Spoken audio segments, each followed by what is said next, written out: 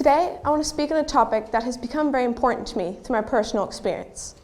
My goal is to promote the conversation we need to be having about the importance of long-term mental and physical well-being in female athletes. Female sports is so results-driven that it's often at the expense of the athlete's overall health, which causes serious consequences. First, I'd like to share my personal story that led me to explore this important topic. It was 8 in the morning, and I was standing on the starting line. I was about to run the 1,500-meter final at Junior Olympic Track Nationals on July 25th in 2019. Then, the gun went off. I pushed my body to its limits, so once I crossed the finish line, I felt I could barely stand. I realized I had run a personal best, was 7th in the nation, and an All-American. Not only that, but earlier that week, my relay team and I placed 2nd in the nation in the 4x800 meter relay. My first Junior Olympic Track Nationals, I felt like I was on top of the world. Then, about a month later, everything drastically changed. I was playing a soccer game with my club team when I suddenly felt this hard blow to my left knee from an opponent. I fell to the ground and my knee felt like it was on fire. Through all the pain, all I could think was, how long was I going to be out of sports? I had partially torn my patella tendon and bruised my tibia and fibula bones and surrounding soft tissue. I was in a wheelchair and on crutches for over a month. I was unable to run cross-country at AAU Nationals or play soccer or basketball. I decided that I would not plant myself on the couch because I knew if I did, I'd become depressed. I would fully dedicate myself to my rehab and support my teammates at all the races and games. I had to accept that I had gone from being excited to run races and striving to achieve PRs to now being excited to just progress to be able to raise my left leg. During this time, I was tasked with giving a presentation on a topic that was important to me, and I knew I wanted it to be related to females in sports. While recovering from my injury, I became much more aware of the importance of having a healthy mind and body in female athletes.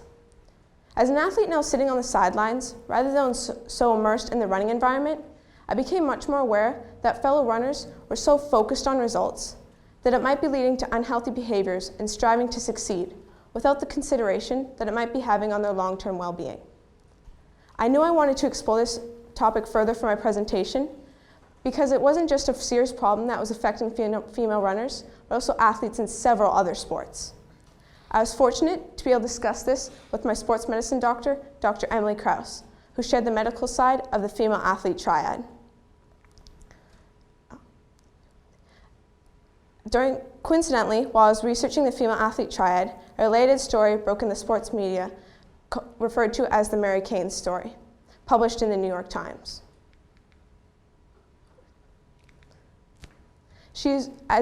Mary Cain, as a teenager, was an American running phenomenon who had made many national records. She was also part of an elite running program called the Nike Oregon Project. She has now come out with her story of how she endured physical and mental abuse. She has shared how she was pushed to extremes to lose weight and they told her that it was a must to run faster. With the goal of achieving success in the world track scene, her mental and physical condition was being destroyed. She said she was caught in a system that was designed by and for men that destroys the bodies of young girls. As a result, she'd lost her period for 3 years and broke 5 different bones. With the goal of achieving success in the world track scene, her mental and physical condition was being destroyed. She ran poorly during this time and faded away from the pro track scene. Mary Cain is an elite class athlete who is suffering from the Female Athlete Triad condition. But this condition hasn't just exist in elite class athletes. It has become prevalent throughout all sports and levels in female sports. Stats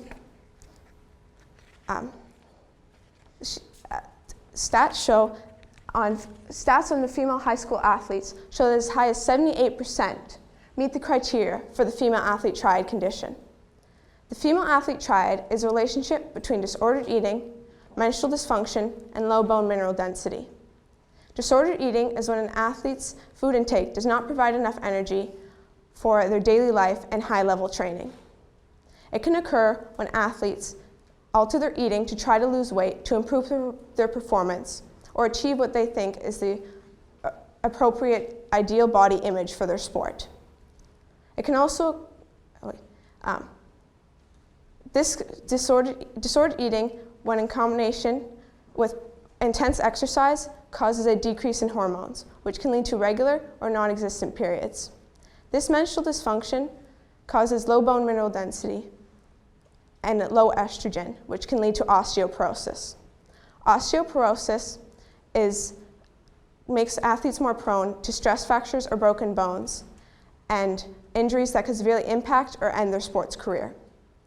Young female athletes are especially at risk for developing the female athlete triad because as going through puberty, they're more focused on their body shape and size. Athletes are pushed to lose weight, like in sports where physical appearance is valued, like in gymnastics, diving, and dance. Also, in running, there is a misconception that there's an ideal, thin, lean body shape for optimum performance, and losing weight will help.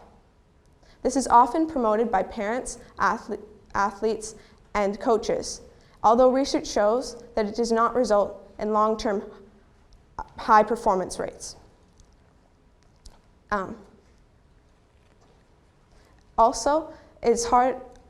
athletes go through puberty, it's natural to see a plateau or dip in their performance.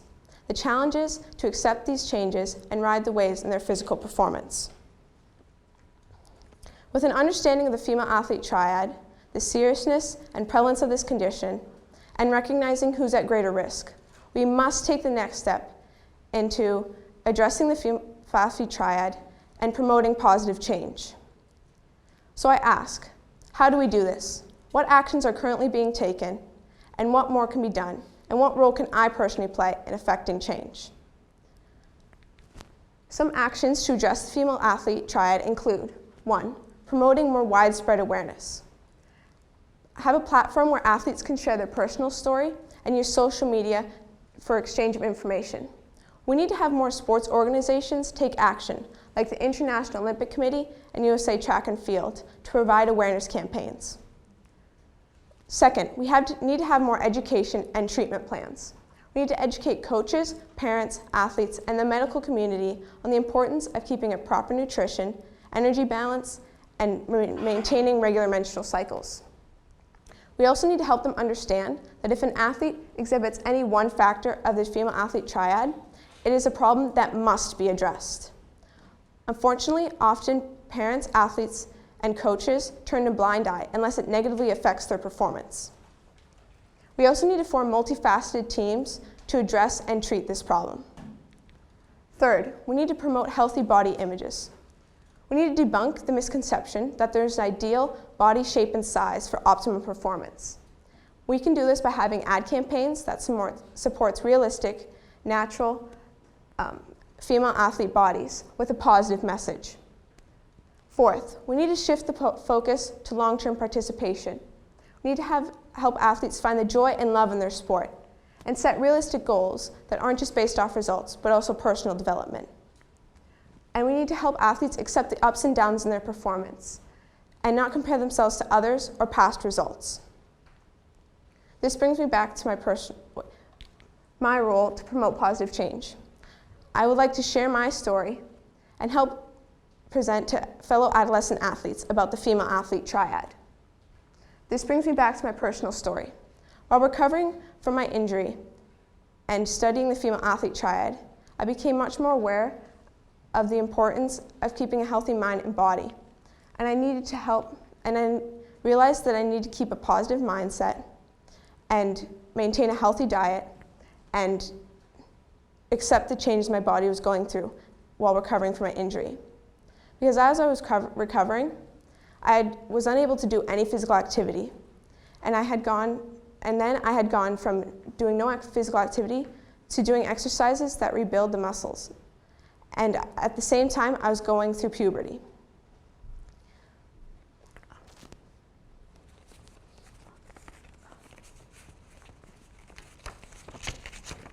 I've also gone through a healthy change in my perspective. I've gone from loving to run to achieve top results to remembering the importance of just loving to run.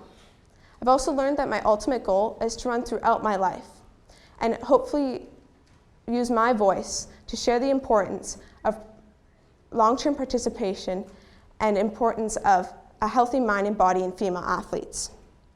My hope is that we can shift the focus of female athletics from being so results-driven to setting goals for athletes' long-term participation and love of their sport and overall wellness and personal development.